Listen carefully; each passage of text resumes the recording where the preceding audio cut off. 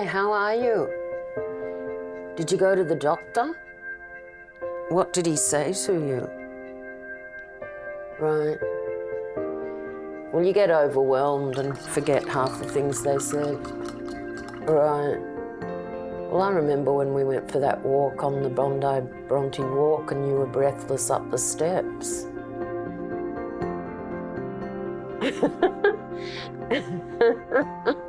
Do you like the way I'm reminding you of your failings? Oh. I was talking to my sister Nell. I said, do you think I'm hip? And she just said, darling, I have to tell you, you are not hip and you never were hip. Sally and I are hip. And I'm sure she's right. If you're in the flow of something, it's natural. The minute you get too self-conscious about something, there's usually a problem. I've never found the so-called fashionable art world particularly interesting. I just think it's what's good and what's not so good. It's like writing, you know. It's all about communication, I suppose. And in visual arts, it's visual communication. So you don't have to know an enormous amount about it to love something or not like something. It's just the picture or the work that touches the nerve of people is what is powerful.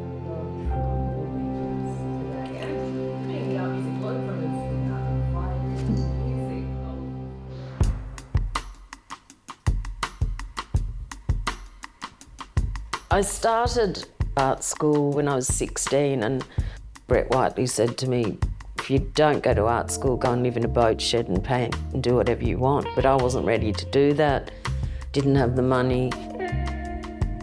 How they taught painting was they wanted everyone to paint like Cézanne with a big wide brush and, you know, sort of be putting the paint on like that. And I'd always used a pretty small brush as a child. And I found it really difficult being told how to paint. Unfortunately, the way they taught was to take every bit of individuality out of everyone. You're a much more confident child artist than you are as a 19-year-old artist who's been through art school. We met at a party, started talking and never stopped. We were together for 29 years. My work changed after Peter died. I started doing slightly moodier pictures and more related to light, which is often quite atmospheric. Whereas in the past I was more interested in the graphic.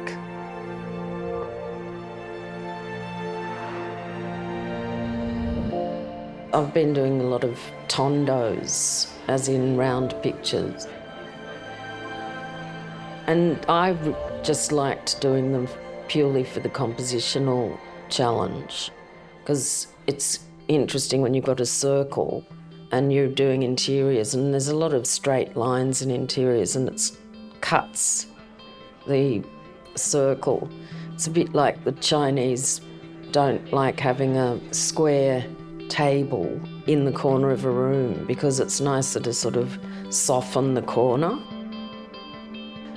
Also, the circle unintentionally gives a slightly voyeuristic feel, as though you're looking through a keyhole. When people say, do you think your work's political? And I mean, everything is political.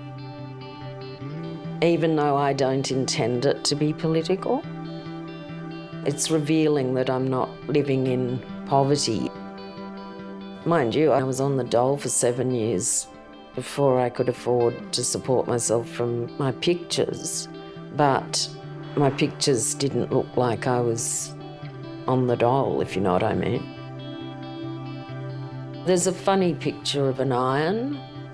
I just like the composition of the iron and the cord, and I had a beautiful Iranian piece of textile over the ironing board because I couldn't stand the look of the ironing board, and just all went together. But it's so comical because someone could read all sorts of things into it, whereas I was just thinking it looked interesting. This exhibition is pretty much all about rooms in my house. Mum always used to say I appeared really relaxed, but in fact, it takes a lot to appear really relaxed, and underneath it is a nervous temperament. I don't like dressing up. I find that a real bore, and I don't really love being looked at, whereas I think some people love all that. Both my parents were very modest. They also didn't like bores, so they didn't want us to be boring. One of my many faults is that if I'm talking, I'm so conscious of trying not to be boring that I'm avoiding a lot of intimacy. But I think my work is getting more and more intimate, actually. The bedroom nocturne, doing the unmade bed, is quite an intimate picture.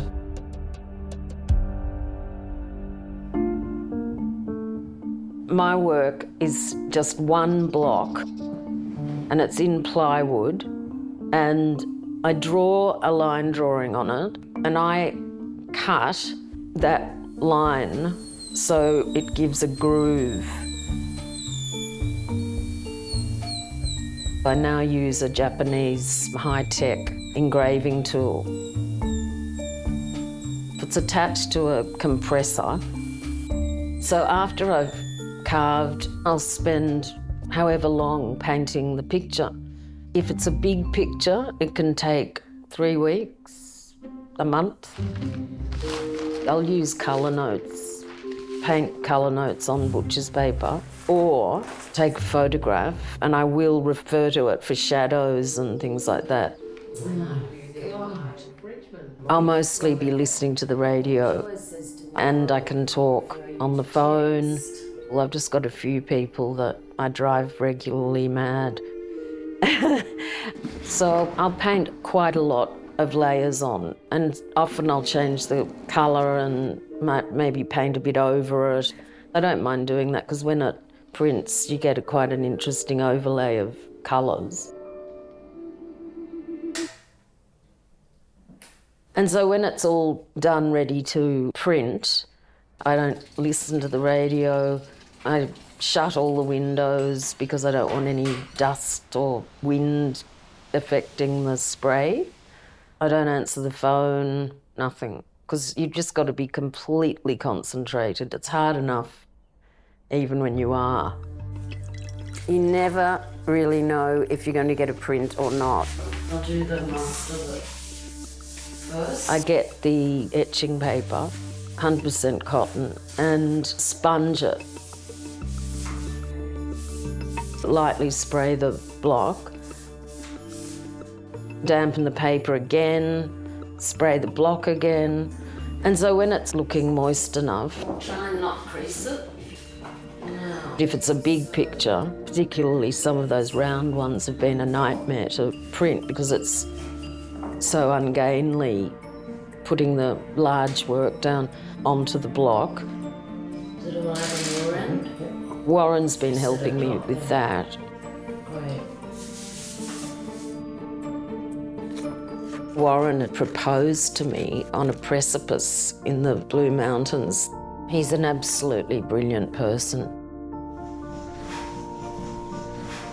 I've got these lino rollers that I've had since 1985, and I'll make sure everything's flat. And then you pick it up and roll it back, spray more, carefully flip it back down again, flip up the other bit. And this process will go for about 2 hours. From all of this process, I exhibit one painted woodblock, and I also exhibit the print, which is the reverse image of the painted woodblock. I usually touch the block up a little bit, but not much, which might take a day or two. But the print takes a long time to touch up. People often say to me, why on earth do you do this technique? Why don't you just paint? I can work on a big print for a month. But there's something about doing the drawing separately and the carving and then the painting. It's still stylised. It really is a combination of painting and printing.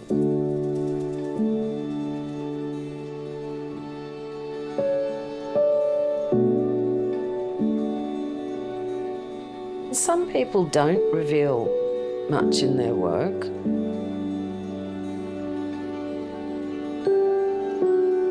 So you can never really tell about a person through their work totally.